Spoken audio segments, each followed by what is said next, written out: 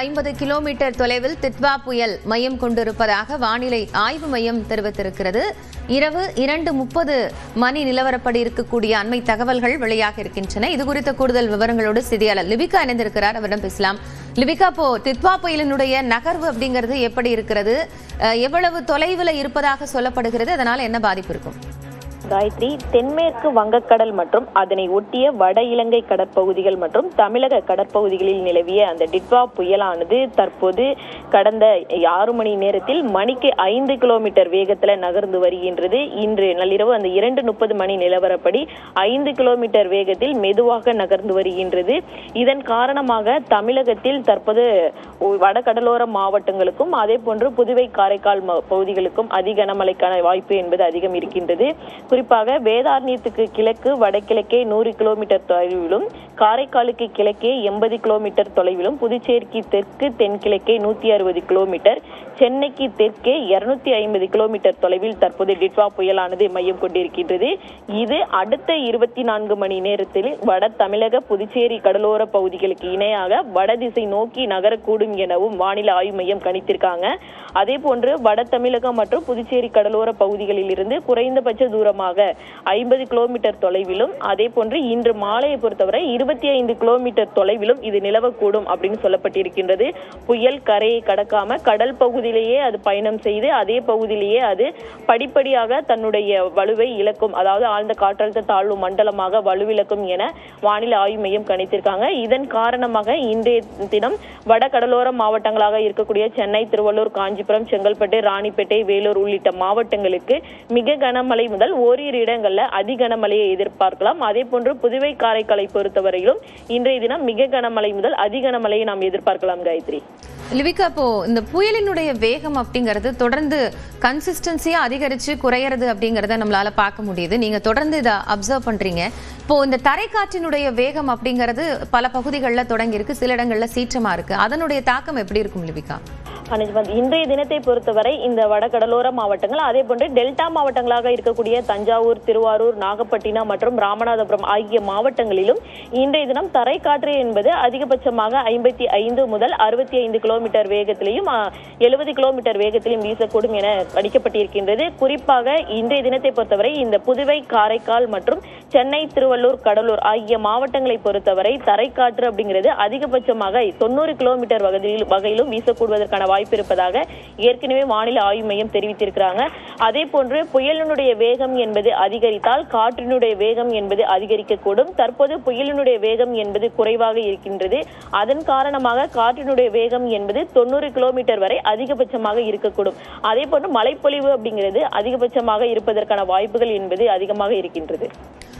லிபிகா, இப்போ தனியார் வானிலை ஆய்வாளர் பிரதீப் ஜான் கூட இந்த புயலினுடைய வேகம், அதாவது நகரும் தன்மை அப்படிங்கிறது வலுவிழந்திருக்கிறது, அதனால தித்வா புயல் வலுவிழந்திருக்கு, அது இன்னும் படிப்படியாக அதனுடைய தாக்கம் குறையும் அப்படிங்கிற ஒரு தகவலை சொல்லியிருக்கிறாரு. அதை நம்ம எப்படி பார்க்க வேண்டும்? வானிலை மையம் வெளியிட்டிருக்கக்கூடிய விவரங்கள் அடிப்படையில் அந்த புயலினுடைய தாக்கம் அப்படிங்கிறது எப்படி இருக்கும்? இப்போ நீங்க சொன்ன மாதிரி கடற்பகுதியிலே அது வலுவிழந்துருமா, அல்லது அது தரைப்பகுதிக்கு வர வாய்ப்பு இருக்கா? காயத்ரி, டிட்வா புயலானது உருவாகியது இலங்கையை ஒட்டிய தென்மேற்கு வங்கக்கடல் பகுதியில. அங்கிருந்து அது பயணம் இலங்கையினுடைய நிலப்பகுதிக்கு சென்று அதன் பின்னர் மீண்டும் கடல் பகுதிக்கு கடல் பகுதி வட தமிழக கடலோர பகுதிகளில் சென்று கொண்டிருக்கின்றது. இதன் காரணமாக டிட்வா புயலினுடைய ஒரு பகுதி முழுவதுமே. லிபிகா, இணைப்பில் இருங்க. தற்போது தனியார் வானிலை ஆய்வாளர் திரு பிரதீப் ஜான் நம்மோடு இணைகிறார். அவரிடம் பேசலாம். வணக்கம் சார்.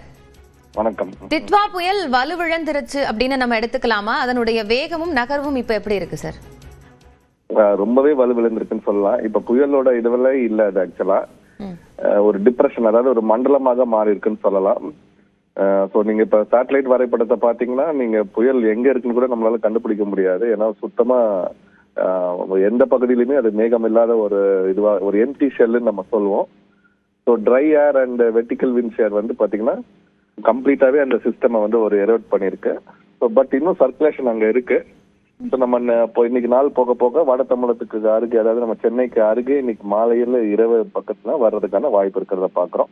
ஸோ கொஞ்சம் மேல வரும்போது இன்னும் கொஞ்சம் மேகங்கள் அந்த காற்றுக்கு சர்க்குலேஷன் இருக்கனால மேகங்கள் திருப்பி உருவாகிறதுக்கான வாய்ப்பு இருக்கிறத பாக்குறோம். ஸோ இன்று நமக்கு அந்த சென்னை சுற்றியுள்ள பகுதிகளுக்கு மழை இருக்கிறத நம்ம பாக்குறோம். ஸோ இப்போதைக்கு ஒரு எம்டி ஷெல்ல தான் நம்ம இருக்கிறதா நம்ம பாக்குறோம். இப்போ வலுவிழந்துருச்சு அப்படின்னா அந்த மழை தாக்கமோ தரைக்காற்றினுடைய அந்த பாதிப்பு இதெல்லாம் எப்படி இருக்கும்? அது மீண்டும் வலுப்பெறத்துக்கான சான்சஸ் இருக்குமா, இல்லைன்னா அப்படியே அது கடல் பகுதியிலேயே வந்து கரைந்துருமா சார்? இல்ல இப்ப வந்து நம்ம இன்னுமே ரொம்ப சென்னையில இருந்து தூரத்துலாம் இருக்குது. இன்று மாலையில இரவு தான் நம்ம கிட்ட வரதா பாக்குறோம். ஸோ நீங்க டெக்னிக்கலா பாத்தீங்கன்னா எப்பயுமே அந்த சர்க்குலேஷன் அங்க காற்று தான் நம்ம பாக்குறோம். ஸோ இன்னும் அந்த சர்க்குலேஷன் அங்க இருக்குது, மேகங்கள் தான் இல்ல.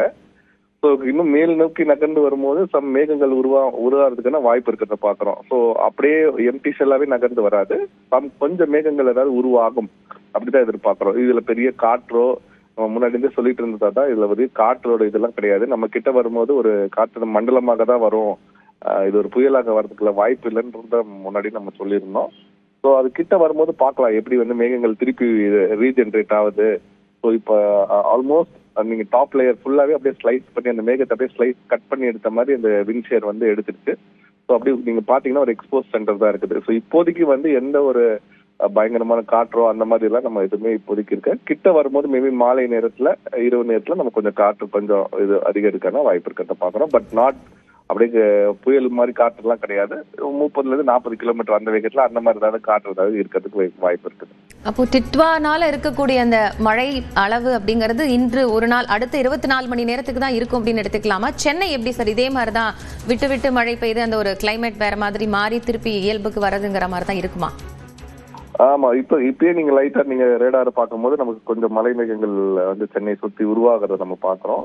ஸோ கண்டிப்பா மழை இருக்கும், மழை இல்லாமலாம் இருக்காது. ஸோ பிரேக் மழை அந்த மாதிரி நீங்க சொல்ற மாதிரி தான் இருக்கும். கண்டிப்பா போக போக சம் ரெயின் பிக்கப் ஆகும்ன்றதா நம்ம மேகங்கள் கொஞ்சம் அந்த சுத்தி மலை மேகங்கள் கொஞ்சம் உருவாகிறதுக்கான வாய்ப்பு இருக்கிறதே நம்ம பாக்குறோம். ஸோ அந்த மலை மேகங்கள் எப்படி உருவாக்கி எப்படி உள்ள நமக்கு மழை கொடுக்குதுன்றதை பார்க்கணும். பெரிய மழை அப்படியே மிக கனமழை அதி கனமழைக்கான வாய்ப்பு வந்து நம்ம குறைவா தான் இருக்க பாக்குறோம். பட் கண்டிப்பா மழை இருக்கும். பட் பயங்கரமான மழை அப்படின்றது கனமழைக்கான வாய்ப்பு வந்து ரெட் அலர்ட் அளவுக்கு நம்ம வந்து அச்சப்பட தேவையில்லைன்னு புரிஞ்சுக்கலாம் இல்லையா? எஸ் ஆமா, ரெட் அலர்ட்க்கு நம்ம இன்னைக்கு எங்கேயுமே வந்து அந்த அளவுக்கு மழை பெய்யறதுக்கான வாய்ப்பு இல்லைன்னு நம்ம சொல்லணும். ஸோ இந்த காலை வரைக்குமே பாத்தீங்கன்னா மயிலாடுதுறை போன்ற இடத்துல நமக்கு கிட்டத்தட்ட 200 மில்லிமீட்டருக்கு மழை பதிவாயிருக்குது. பாண்டிச்சேரி ஈவன் மகாபலிபுரம் வரைக்குமே நமக்கு வந்து கனமழை பதிவாயிருக்கிறது பாக்குறோம். அதுக்கு மேலதான் நமக்கு வந்து மழை குறைந்திருக்கிறது. ஸோ டெல்டால இருந்து நமக்கு சிவகங்கையில ராமநாதபுரம் எல்லா இடத்துலயுமே நமக்கு வந்து கனமழை பதிவாயிருக்கிறத பாக்குறோம். ஈவன் தஞ்சாவூர், திருவாரூர், மயிலாடுதுறை, கடலூர் வரைக்குமே நமக்கு பாக்குறோம். ஈவன் பாண்டிச்சேரியில கூட கிட்டத்தட்ட நல்ல மழை பதிவாயிருக்கிறத பாக்குறோம். ஸோ அதுக்கு மேலதான் நமக்கு வந்து மழை சற்று குறைந்திருக்குது. பட் அது இன்னைக்குதான் நம்ம வந்து அங்க மழை சென்னை சுற்றியுள்ள பகுதிகளுக்கு நமக்கு இன்னைக்குதான் நம்ம வந்து மழை எதிர்பார்த்த நாள். ஸோ நம்ம கிட்ட வரும்போது பார்ப்போம், இன்னும் வெறு தொலைவில் தான் இருக்குது அந்த டிட்வா புயலானது. புயலுன்னு நம்ம இப்ப சொல்லக்கூடாது, ஒரு மண்டலம்னு நம்ம சொல்லலாம். அது கிட்ட வரும்போது எப்படி வந்து மலை மேகங்கள் திருப்பி உருவாகுது, அந்த ட்ரை ஏர் மற்றும் வெர்டிகல் விண்ட்ஷேர் அளித்த அந்த மேகங்கள் வந்து திருப்பி எப்படி வந்து ரீஜென்ரேட் ஆகுதுன்னு நம்ம பார்க்கணும். ஸோ அந்த ரீஜென்ரேட் ஆகிற மேகங்கள் வந்து நம்ம சென்னை மேல விழுதா எப்படின்றத நம்ம பார்த்து தான் நமக்கு இன்னைக்கு மழை இருக்குமா இருக்கு அப்படின்றது சொல்ல முடியும். இப்போ பருவமழை தொடங்கியதுல இருந்தே சென்னைக்கான அதிக மழை பொழிவை இந்த டிட்வா கொடுக்குமா அப்படிங்கிற ஒரு எதிர்பார்ப்பு இருந்தது. ஆனா நீங்க முன்கூட்டியே வந்து வர்தா மாதிரியோ கஜா மாதிரியான ஒரு பெரிய பாதிப்பு இருக்காது இந்த புயல் அப்படின்னு சொல்லியிருந்தீங்க. இப்போ அந்த மாதிரிதான் அது வந்து ஸ்லோ டவுன் ஆயிருக்கு அப்படின்னு புரிந்து கொள்ளலாம். பருவமழையினுடைய தீவிரம் அப்படிங்கிறது இனி வரக்கூடிய நாட்கள்ல இருக்குமா? நம்ம சென்னையை பொறுத்த வரைக்கும் நமக்கு ரொம்ப குறைவான மழையை நமக்கு கிடைச்சிருக்குது நம்ம இந்த நவம்பர் மாதத்துல.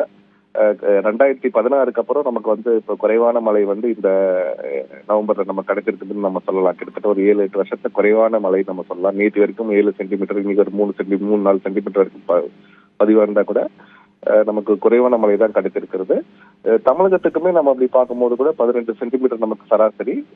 நமக்கு இன்று நேற்று வரை கிட்டத்தட்ட 14 சென்டிமீட்டருக்கு மேல நமக்கு 13 சென்டிமீட்டர் நம்ம கிடைச்சிருக்கிறது. மேபி இன்னைக்கு ஒரு 2-3 சென்டிமீட்டர் வரலாம். ஸோ அதுவும் நமக்கு வந்து சராசரியோட குறைவான மழை தான் நம்ம கிடைக்கிறத பாக்குறோம். இந்த டிப்ரெஷனோட தாக்கம் வந்து நாளை வரைக்கும் நமக்கு நாளை காலை வரைக்கும் நம்ம தமிழகத்துல ஏதாவது வந்து பகுதி இருக்குது. அதுக்கப்புறம் அந்த கடல்லே இருந்து நமக்கு வந்து அந்த சர்க்குலேஷன் ஆனது வந்து பாத்தீங்கன்னா தென்னாந்திரா பக்கத்துல போனோடனே நமக்கு அங்கேயே வலுவிழந்துருது. ஸோ இது கரையை கடக்கிறதுக்குன்னு ஒண்ணுமே இல்லை. ஆக்சுவலா உண்மையை சொல்லணும்னா கரையை கடக்குதா அப்படின்னு கேட்டா கரையை கடக்கிறதுக்கு அங்க எதுவுமே இல்லை இப்போதைக்கு அப்படின்னு நம்ம சொல்லணும். நன்றி திரு பிரதீப் ஜான், இணைப்பில் வந்து டிட்வா புயல் தொடர்பான பல்வேறு கருத்துக்களை பகிர்ந்து கொண்டமைக்காக. தொடர்ந்து இந்த நேரத்திற்கு